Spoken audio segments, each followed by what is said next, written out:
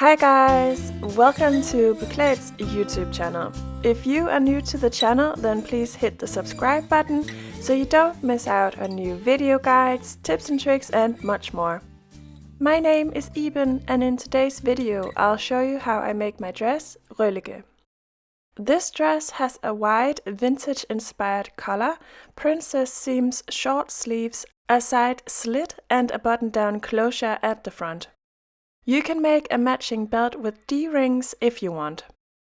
You can buy the pattern on my website Beklaedt.com. For the dress I'm using this viscose fabric that I bought from Selfmade. The fabric has a metallic shine, which caught my eye. We also need fusible interfacing. I'm using this interfacing with stabilizing threads along the grain line. The interfacing is firm along the grain line, but flexible by the width.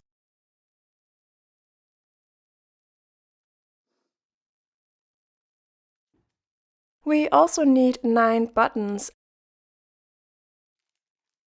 and matching thread. If you want to make a belt, you also need to buy a set of D-rings that are 38 mm wide. Start by cutting the pattern pieces according to the cutting guide. Iron the interfacing to the wrong side of the indicated pattern pieces. Make sure to follow the instructions given by the retailer when setting the temperature of your iron. Take your time to iron on the interfacing and use lots of steam to get the pieces to stick together. The next step is to prepare all the pattern pieces. I overlock all the side seams and middle seams, the sleeve cap and sides, the side slit piece, the facings and the armhole. Place the front pieces on the table. Place the side front piece on top of the middle front piece, right sides together and secure with pins. It's important to match the indicators on the pattern piece on each other when pinning together. Do this on both sides.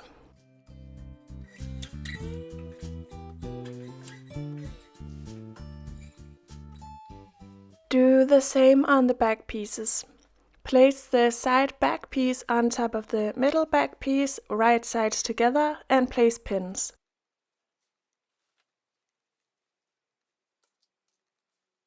Do the same on the other side.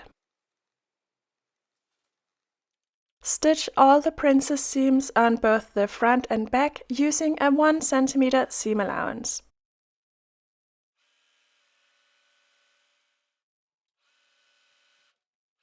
In my written guide, I write that you should finish by pressing open the seams with your iron, but in this particular case, I choose to iron the seam allowance towards the sides because I want to make a decorative top stitch from the right side that holds the seam allowance in place.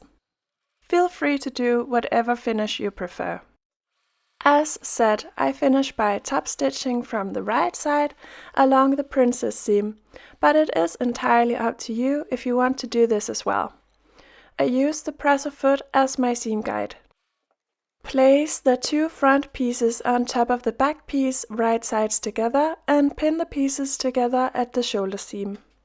Make sure to match the 2 seams from before. Stitch the shoulder seams and press them open with your iron.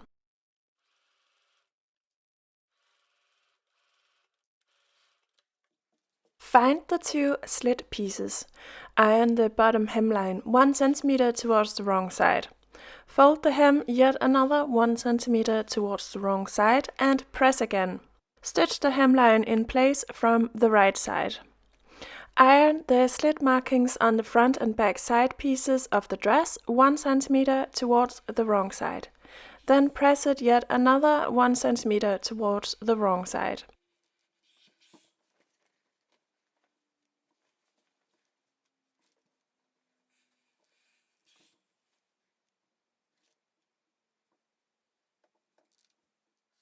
Place the side slit piece on top of the back side piece right sides together and place pins. The hemline on the side slit piece should match the slit marking on the back side piece.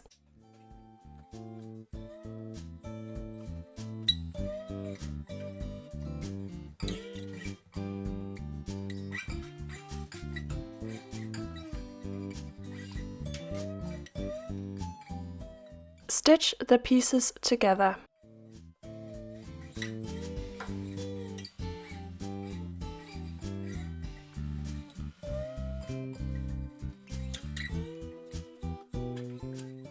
Do the same for the side slit piece and the front pieces of the dress.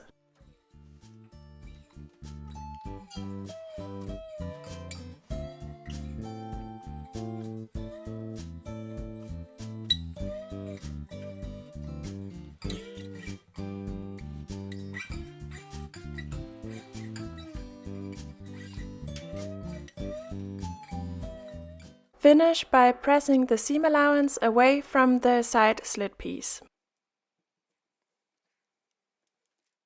Stitch the folded edge from the slit markings on the front and back of the dress in place approximately 1 cm from the edge.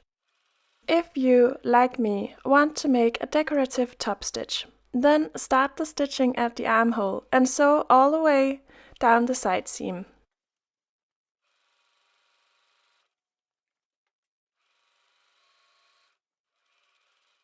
Find the neck facing and the 2 front facings. The 2 centerfold lines on the front facings should face each other. Place the neck facing on top of the front facing right sides together and pin the pieces together by the shoulder seam. Stitch the shoulder seam and finish by pressing the seam allowance open.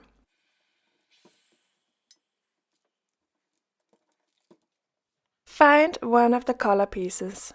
We are now going to make sure that the collar piece is correctly attached to the neckline. I start by finding the center back on the collar and the neck facing.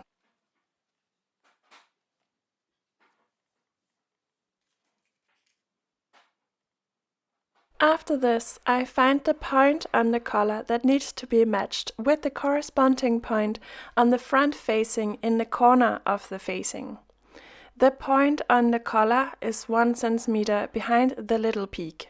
The easiest method is to place a pin along the seam allowance on one side of the collar with 1 cm to the edge. Take another pin and place it in the same way, but this time on the other edge. The place where the 2 pins cross is our point. I find the corresponding point on the front facing by placing a pin on each side of the corner, both 1 cm from the edge. I then push a pin through the point on the collar and into the point on the facing. Remove the pins from the previous step and correct the angle of the collar so the curved edge on the collar is aligned with the neckline. I do the exact same on the other side.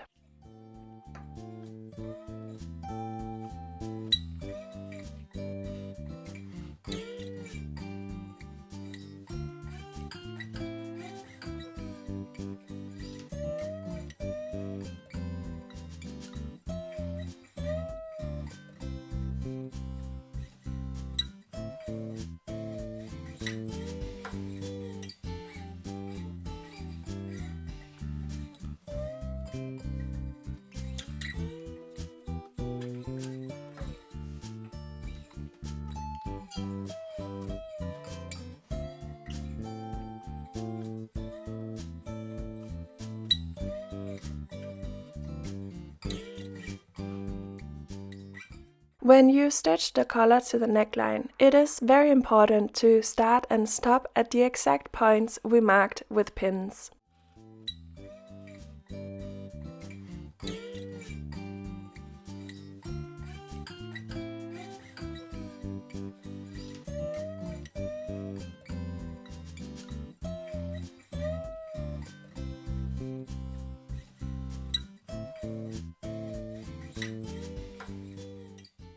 Snip into the seam allowance on the front facing right at the corner.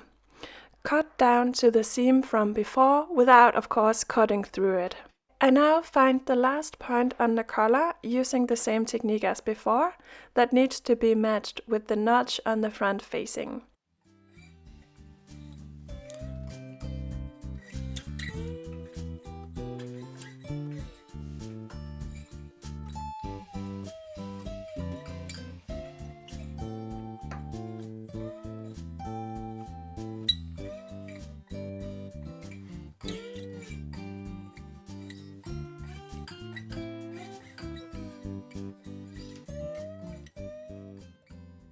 Pivot the collar so the short edge is aligned with the horizontal edge on the front facing.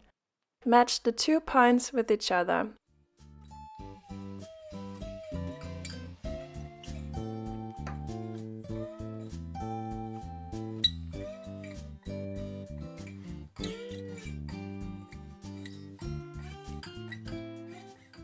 Do the same on the other side.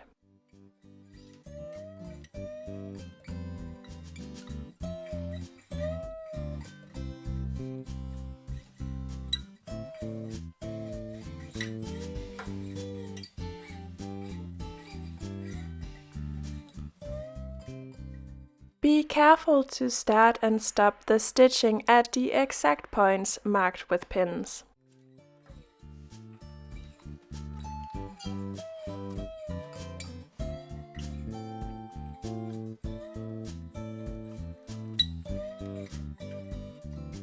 Here you can see what the finished result looks like. A nice crisp corner, which I have also pressed with my iron. Stitch the other collar to the dress using the method I just showed you. Place the facings on top of the dress, right sides together, and place pins along the long straight edge of the collar. Continue by placing a pin at the point which represents the corner of the collar and the place where we should end our stitching.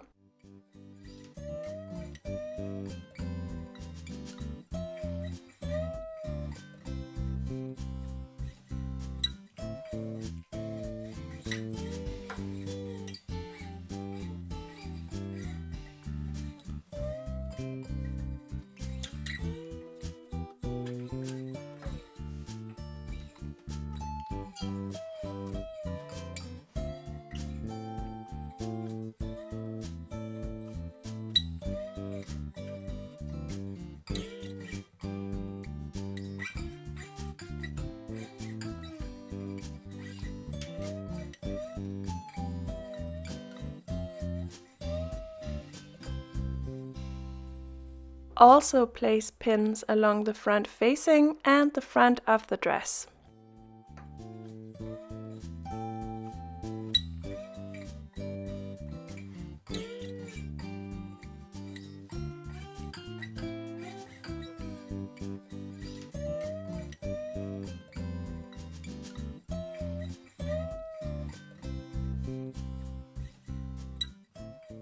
Stitch the 2 collars together.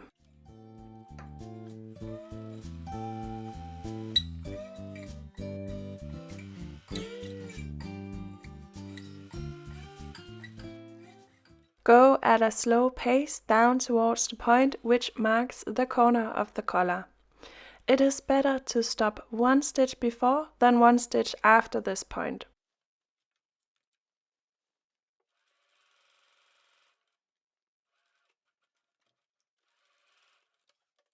Also stitch the front facing to the front of the dress.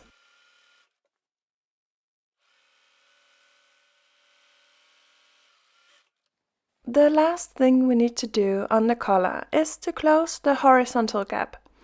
Again, I start by placing a pin which serves as a guide.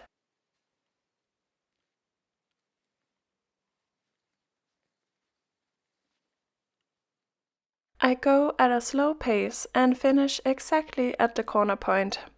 Press the seam allowance away from the needle.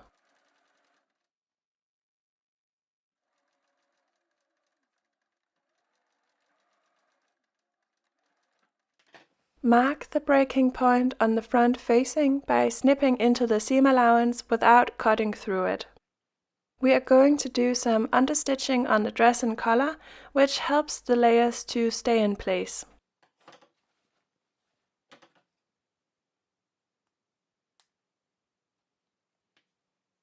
I start with the collar. Press the seam allowance from the collar towards the bodice. From the right side, top stitch the seam allowance to the collar, which is sitting on the bodice, approximately 2 mm from the edge. Afterwards, we understitch the dress opening. Start from the top where the seam allowance is pressed towards the bodice. Top stitch 2 mm from the edge. When you reach the breaking point, shift the seam allowance towards the facing and continue the top stitching all the way down the dress. Start on the collar. Stitch as close to the corners as possible.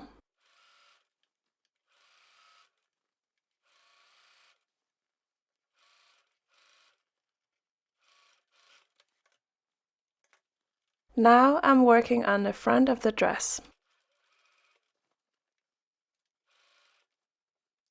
I place a pin at the breaking point as a visual aid.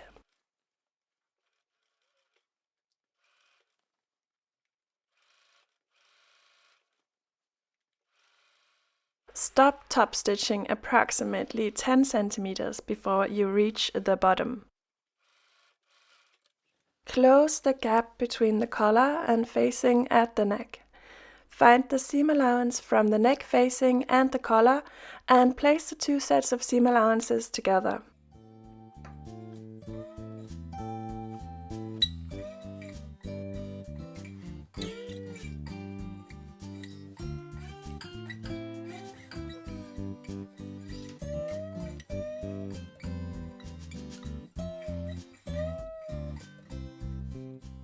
Stitch the layers together 5 mm from the edge.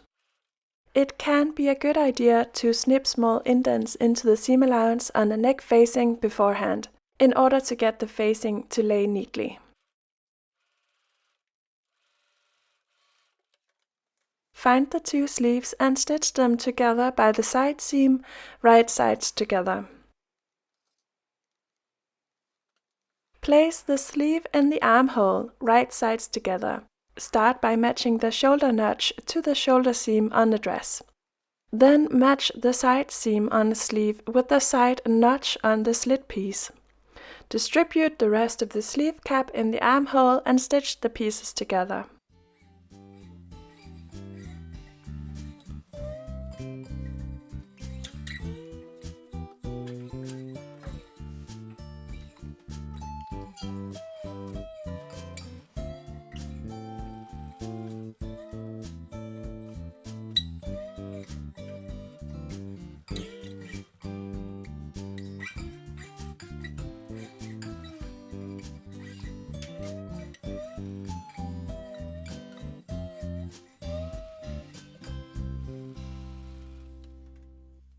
Now we are going to hem the dress.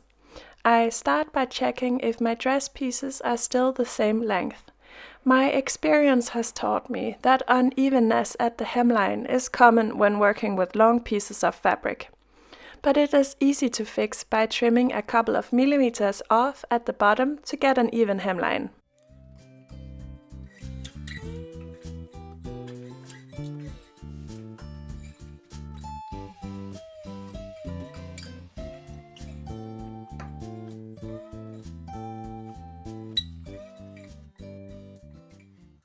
When I'm happy with the hemline, I stitch the bottom of the front facing to the dress, right sides together, 2 cm from the edge.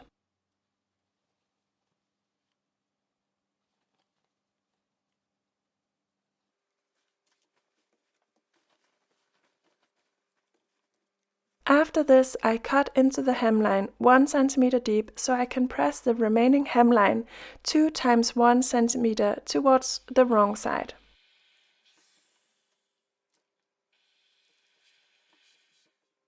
Do the same on the other front of the dress and the back hemline. From the right side, stitch the hem in place 1 cm from the edge.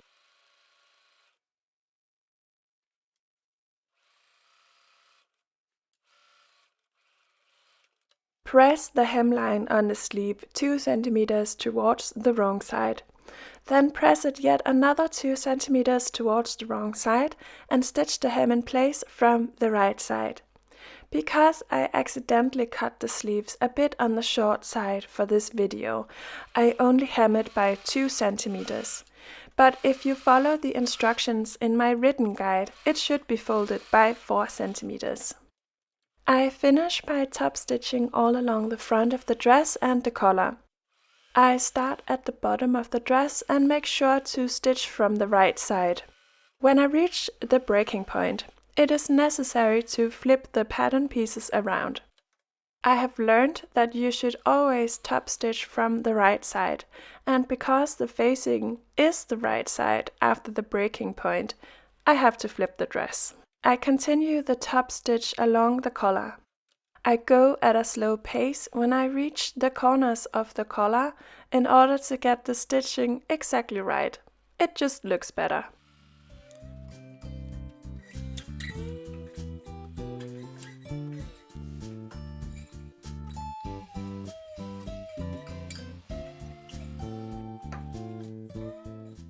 Finish by ironing the dress and collar.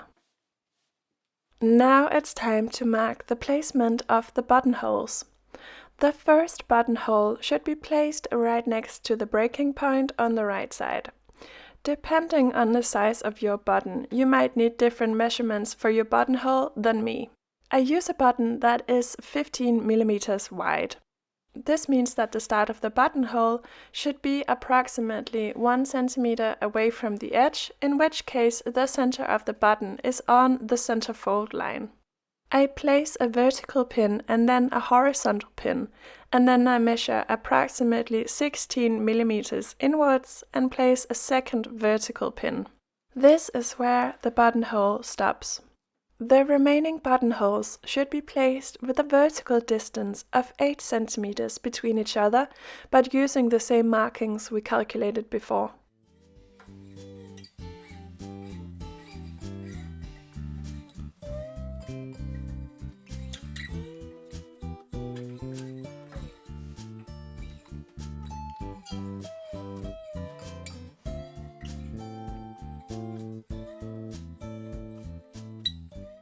Sew the buttonholes. I like to start at the bottom buttonhole and finish by making the top one, just in case I make a mistake at the beginning.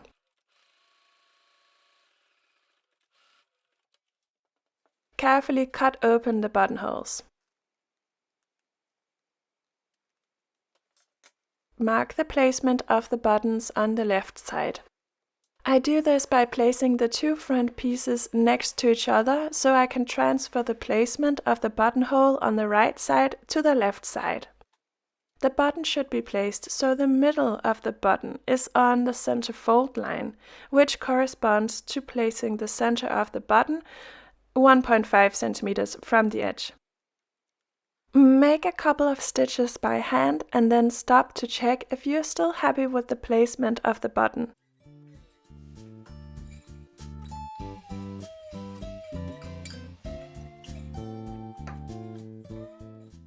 Stitch the remaining buttons to the dress like this.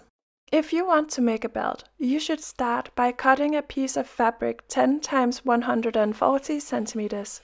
Cut a piece of interfacing to the same dimensions and iron the interfacing to the wrong side of the belt. Fold the belt in half, right sides together, and stitch all along the side. Close one end off as well. Turn the belt around so the right side is facing out.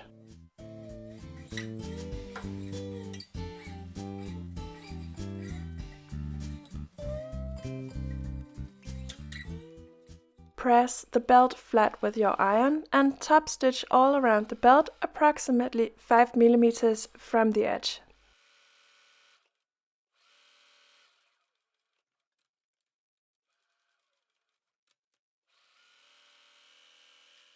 Find the two D-rings and take the raw edge of the belt through the rings along the flat side. Fold the edge 1 centimeter towards the wrong side and stitch the loop.